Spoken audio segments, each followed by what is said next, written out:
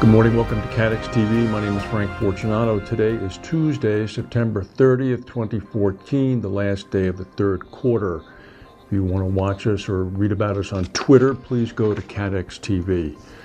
Pro-democracy protesters in Hong Kong have set a deadline of tomorrow, October 1st, Wednesday, for a response from the government to meet their demands for reform. This is after spending yet another night in the downtown financial district.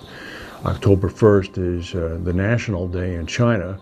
It's the day in October 1st, 1949, when Mao Zedong proclaimed the Chinese Democratic People's Republic. The Hong Kong authorities have canceled the fireworks planned for Hong Kong. They're not going to need to have any artificial fireworks, apparently.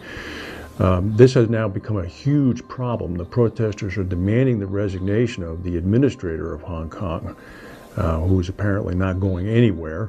The Chinese government in Beijing, under the authority of President Xi Jinping, has had a track record of crackdown on dissidents, and they reaffirmed in a statement earlier last evening that they do not intend to back down. The students must evacuate, and they're not going to change their electoral process. So tomorrow could be a pretty big day there, and it's roiling the stock markets in Asia, and it's beginning to affect the Western markets as well.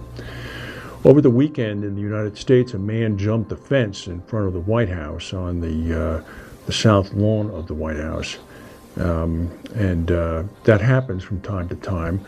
It's not usually that big a deal. This time, the man jumped the fence and he sprinted across the lawn, and he actually made it through the front door of the White House. He went through the front door of the White House, ran into the East Room, where sometimes press conferences are held, and where the body of President John F. Kennedy lay in state for 3 days. And then he began to go up the stairway leading to the private quarters, and was finally subdued in the green room of the White House. How this happened is pretty preposterous. He also was carrying a knife. It's been a breakdown of security procedures that are in place by the Secret Service on many, many different levels, and they are very definitely on the hot seat. This is the first time that anybody has actually ever made it into the house. You can Google this and read about it. It's a virtual comedy of errors if it wasn't so serious. The first family was apparently irate with the Secret Service over the breach of security. One of the Obama's daughters and Mrs. Obama's mother were in the residence at the time, and the second daughter was expected home any minute. The president and the first lady were out of town. Global property and casualty insurer ACE is contemplating a major multi-year follow-form reinsurance facility with a select group of reinsurers. The Insurance Insider has revealed this.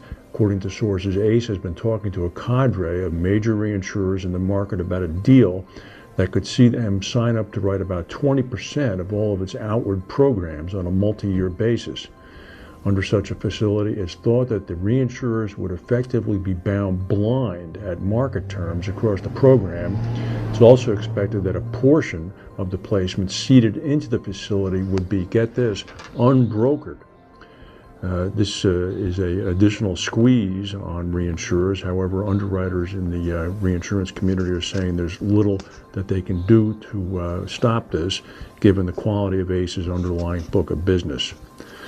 The reserve for the liability portion of the Malaysian Airlines claim resulting from the loss of Flight 17 that was shot down over the Ukraine has been set significantly below initial market expectations. It was set at $200 million.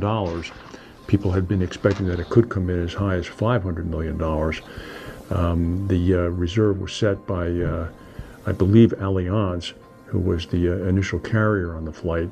Sources indicate that the $200 million for the liability portion will not be paid in full to the families of the 298 passengers because the fee includes a provision for legal fees and loss adjusting expenses, as well as a buffer above the expected total payout. They also believe that the reserve was lower because of the predictions owing to the relatively younger age of the people on the plane. Younger people tend to have fewer dependents, resulting in lower settlement costs. The ratings agency AM Best has published new draft rating criteria for insurance-linked funds. It's seeking comments from market participants. This is the first time that Best has targeted these funds directly with a rating criteria. The rating is an opinion on an insurance-linked fund's average credit quality and vulnerability to losses due to credit defaults. Toyota is recalling 690,000 Tacoma pickup trucks in the United States because of a potential vulnerability in the vehicle's suspension system.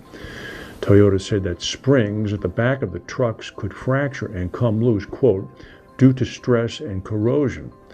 If the loose spring hits the fuel tank, it could cause a leak and lead to a fire. There have been no reported injuries associated with this defect. A second volcano erupted in Japan yesterday. This is a few days after the deadly eruption at Mount Ontake that killed at least 36 people. This time, Mount Sakurajima erupted. Sakurajima is located about 31 miles from a controversial nuclear power plant where Japan's government has announced plans to restart 2 reactors. You can bet that the opponents of the restart will be using this to their advantage.